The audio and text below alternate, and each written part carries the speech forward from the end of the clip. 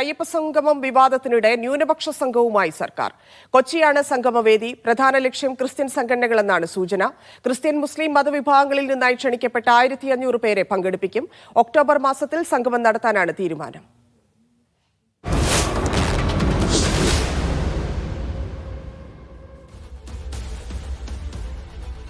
ഷുക്കൂർ ചേരുന്നു. ഷുക്കൂർ, അയ്യപ്പ സംഗമം കത്തി നിൽക്കുമ്പോഴാണ് ന്യൂനപക്ഷ സംഗമവുമായി സർക്കാർ വീണ്ടും വരുന്നത്. എന്താണ് സർക്കാർ ലക്ഷ്യം? ധന്യ, അയ്യപ്പ സംഗമത്തിന്റെ രാഷ്ട്രീയം വലിയ തോതിൽ ചോദ്യം ചെയ്യപ്പെടുന്ന ഒരു സമയത്താണ് ഇപ്പോൾ സർക്കാർ ന്യൂനപക്ഷ സംഗമവുമായി കൂടി രംഗത്ത് വരാൻ തീരുമാനിച്ചിരിക്കുന്നത്. ഇതുമായി ബന്ധപ്പെട്ട ചില കൂടിയാലോചനകൾ കൊച്ചി കേന്ദ്രീകരിച്ച് ഇന്ന് നടന്നു. അതിന്റെ ഒരു പശ്ചാത്തലത്തിൽ കൂടിയാണ് ഇപ്പോൾ ഈ വിവരം നമ്മൾ റിപ്പോർട്ട് ചെയ്യുന്നത്. ഇത് ന്യൂനപക്ഷ വകുപ്പിന് കീഴിലാണ് ഇത്തരമൊരു ന്യൂനപക്ഷ സംഗമം സർക്കാർ നടത്താൻ പോകുന്നത്. കൊച്ചിയിലാണ് ഈ സംഗമത്തിന് വേദി നിശ്ചയിച്ചിരിക്കുന്നത്. 1500 പേരടങ്ങുന്ന ഒരു പ്രതിനിധി സംഘമാണ്, ന്യൂനപക്ഷ സംഘടനകളെ പ്രതിനിധീകരിച്ചുള്ള സംഘമാണ് ഈ സംഗമത്തിൽ പങ്കെടുക്കുക. പ്രധാനമായും ക്രൈസ്തവ സംഘടനകളെയാണ് ലക്ഷ്യമിടുന്നത് എന്നാണ് സൂചന. KJ മാക്സി MLAക്കാണ് ക്രൈസ്തവ സംഘടനകളെ ഈ സംഗമത്തിൽ പങ്കെടുപ്പിക്കാനുള്ള ചുമതല സർക്കാർ നൽകിയിരിക്കുന്നത്. പ്രധാനമായും കൊച്ചിയിലെ ഏതെങ്കിലും കോളേജിലോ അല്ലെങ്കിൽ പ്രധാനപ്പെട്ട ഓഡിറ്റോറിയത്തിലോ ആയിരിക്കും ഈ പരിപാടി നടക്കുക. ഇതിനകത്ത് പറയുന്നത് വിഷൻ 2031 എന്ന രീതിയിലാണ് ഇതിൻ്റെ തലക്കെട്ട് നൽകിയിരിക്കുന്നത്. 2031 കേരളത്തിലെ ന്യൂനപക്ഷ സംഘടനകൾ ഏത് വിധത്തിലായിരിക്കണം പ്രവർത്തിക്കേണ്ടത്, അല്ലെങ്കിൽ അവരുടെ ഒരു സ്ഥിതി 2031 എങ്ങനെയായിരിക്കണം, അവരുടെ വികസനം, അതുപോലെ തന്നെ അവരുടെ സുരക്ഷ, ഇത്തരം കാര്യങ്ങൾ ഇതെല്ലാം അടങ്ങുന്ന പ്രബന്ധാവതരണങ്ങൾ അടക്കമുള്ള പരിപാടികൾ ഇതോട് അനുബന്ധിച്ച് സംഘടിപ്പിച്ചിട്ടുണ്ട്. ഇത് ഏകദിന പരിപാടിയാണ്. ഏതാണ്ട് 1500 പേർ പങ്കെടുക്കും. ഒപ്പം തന്നെ ഒക്ടോബർ 16 നിലവിൽ ഇതിന് കണ്ടിരിക്കുന്ന ഡേറ്റ്. ഈ ഡേറ്റിൽ ചിലപ്പോൾ ചെറിയ മാറ്റങ്ങളുണ്ടാവാം. ഇതിൻ്റെ പ്രാഥമിക യോഗം ജില്ലാ കലക്ടർ കൂടി പങ്കെടുത്തൊരു യോഗം ഇന്ന് നടക്കേണ്ടതായിരുന്നു. ആ യോഗം ചില ഉദ്യോഗസ്ഥരുടെ അസൗകര്യം മൂലം മാറ്റിവെച്ചിട്ടുണ്ട്. ഈ യോഗം അടുത്ത ദിവസം തന്നെ നടക്കുമെന്നാണ് അറിയുന്നത്. എന്തായാലും ന്യൂനപക്ഷ വകുപ്പിന് കീഴിലാണ് ഇത്തരമൊരു സംഗമം സർക്കാർ ആലോചിക്കുന്നത്. അതാണ് തെരഞ്ഞെടുപ്പ്, തദ്ദേശ തെരഞ്ഞെടുപ്പ്, നിയമസഭാ തെരഞ്ഞെടുപ്പ് ഒക്കെ മുന്നിൽ നിൽക്കുമ്പോഴാണ് ഇത്തരത്തിലൊരു സംഗമത്തിന് സർക്കാർ ഒരുങ്ങുന്നത്. സ്വാഭാവികമായിട്ടും വലിയ പ്രതിപക്ഷത്തിന്റെ പ്രതികരണം വരേണ്ടതുണ്ട്. ഏതെങ്കിലും തരത്തിലുള്ള പ്രതികരണം ഇപ്പോൾ വന്നിട്ടുണ്ടോ? വോട്ടാണ് ലക്ഷ്യം എന്നുള്ള തരത്തിലുള്ള ആരോപണങ്ങളാണോ ഉയരുന്നത്? ഇതുമായി ബന്ധപ്പെട്ടുള്ള സർക്കാർ ഉത്തരവുകളോ മറ്റോ ഇറങ്ങിയിട്ടില്ല. സർക്കാർ, അതായത് ന്യൂനപക്ഷ വകുപ്പ് മന്ത്രിയുടെ നേതൃത്വത്തിൽ ഏതാനും യോഗങ്ങൾ ഇതുമായി ബന്ധപ്പെട്ട് നടന്നിട്ടുണ്ട്. ഇതിന്റെ മിനിറ്റ്സുകളൊന്നും തയ്യാറായിട്ടില്ല എന്നാണ് അറിയുന്നത്. ഇതുമായി ബന്ധപ്പെട്ടുള്ള CPMന്റെ സംഘടനാ തലത്തിലുള്ള ചില ചർച്ചകൾ നടക്കുന്നുണ്ട്. അത് KJ മാക്സി MLA ആണ് ക്രൈസ്തവ സംഘടനകളെ ഏകോപിപ്പിക്കാനുള്ള ചുമതല. പിന്നെ ന്യൂനപക്ഷ കമ്മീഷനിലെ ഒരു അംഗത്തിനാണ് പിന്നീട് മുസ്ലിം സംഘടനകളെ ഏകോപിപ്പിച്ച് ഈ പരിപാടിയിൽ പങ്കെടുപ്പിക്കുന്നതിനുള്ള ചുമതല നൽകിയിരിക്കുന്നത്. ഇതുമായി ബന്ധപ്പെട്ട ചർച്ചകളെല്ലാം നടക്കുന്നതേയുള്ളൂ. ഒക്ടോബർ 16 എന്ന ഒരു തീയതി ഏറെക്കുറെ ഉറപ്പായിട്ടുണ്ട്. എന്നാൽ ആരെയെല്ലാം ക്ഷണിക്കണം, ആരെയെല്ലാം കാണണം തുടങ്ങിയ കാര്യങ്ങളെല്ലാം തന്നെ പരസ്യപ്പെടുത്താൻ പോകുന്നതേയുള്ളൂ. എന്തായാലും ന്യൂനപക്ഷ വകുപ്പ് ഇതുമായി ബന്ധപ്പെട്ട ഏറെക്കുറെ ഒരു പദ്ധതികൾ തയ്യാറാക്കി കഴിഞ്ഞു.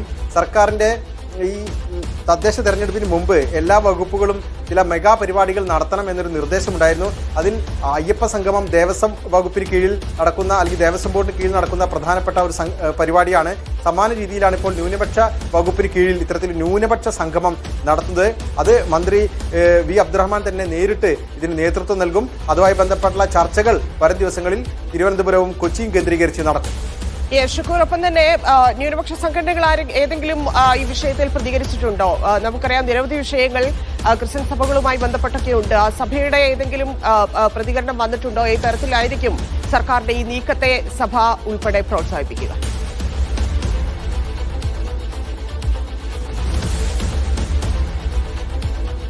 സംസ്ഥാന സർക്കാരുമായി താരതമ്യേന നല്ല ബന്ധം തന്നെയാണ് ക്രൈസ്തവ സഭകൾക്കുള്ളത്.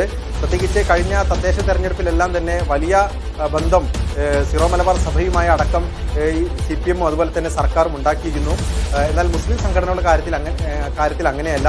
മുസ്ലിം സംഘടനകളുമായി താരതമ്യേന വലിയ അകലത്തിലാണ് ഇപ്പോൾ സംസ്ഥാന സർക്കാർ ഉള്ളത്. പ്രത്യേകിച്ച് കാന്തപുരം വിഭാഗം പോലും സംസ്ഥാന സർക്കാരുമായി വലിയ പ്രതിഷേധമാണ്. പ്രത്യേകിച്ച് തൃശ്ശൂർ ജില്ലയിലെ കടവല്ലൂരിൽ കാന്തപുരം വിഭാഗത്തിന്റെ സിലബസ് പഠിപ്പിക്കുന്ന ഒരു സ്കൂളിനെതിരെ CPM DYFയും സമരം ചെയ്തത് ആ സംഘടനയെ വലിയ തോതിൽ അകറ്റിയിട്ടുണ്ട്. അതിന്റെ ഭാഗമായി വലിയ പ്രതിഷേധം കാന്തപുരം വിഭാഗം സംസ്ഥാന സർക്കാരിനെയും ഒപ്പം തന്നെ CPM നേതൃത്വത്തെയും അറിയിച്ചതുമാണ്.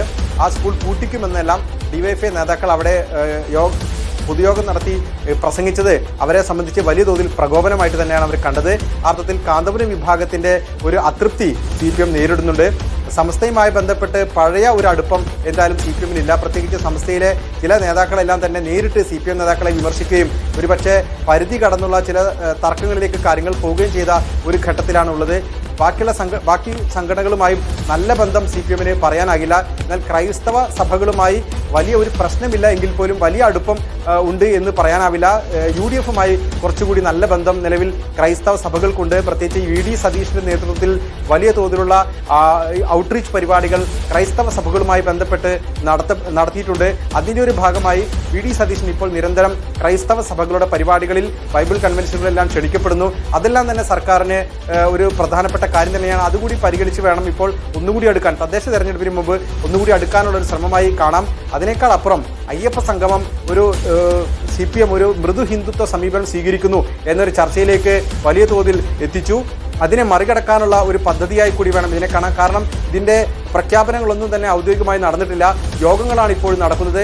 അത് ഉദ്യോഗസ്ഥരും അതുപോലെ തന്നെ പ്രധാനപ്പെട്ട സർക്കാരിന്റെ പ്രതിനിധികളുമാണ് ആ യോഗത്തിൽ പങ്കെടുക്കുന്നതിൽ. ഔദ്യോഗിക പ്രഖ്യാപനം ഇനിയും വൈകിയേ വരൂ. ആ അർത്ഥത്തിൽ സർക്കാർ അയ്യപ്പ സംഗമത്തിന് ശേഷമാണ്, അയ്യപ്പ സംഗമം നടത്താൻ തീരുമാനിച്ചതിന് ശേഷമാണ്, അല്ലെങ്കിൽ അത് വിവാദമായതിനു ശേഷമാണ് ന്യൂനപക്ഷ സംഗമം എന്നൊരു ചർച്ചയിലേക്ക് അല്ലെങ്കിൽ ഒരു ആലോചനയിലേക്ക് സർക്കാർ പോയത് എന്ന് വേണം നിലവിൽ അനുമാനിക്കാൻ. എന്തായാലും അതിന്റെ ഒരു ഘട്ടം ചർച്ചകൾ പൂർത്തിയായി കഴിഞ്ഞു. ഒക്ടോബർ 16 എന്നൊരു ഡേറ്റ് ഏറെക്കുറെ തയ്യാറായിട്ടുണ്ട്. അതുമായി ബന്ധപ്പെട്ട ഔദ്യോഗിക അറിയിപ്പുകൾ അടുത്ത ആഴ്ചകളിൽ തന്നെ ഉണ്ടാകുമെന്നാണ് വിവരം. ശരി, ഷുക്കൂർ.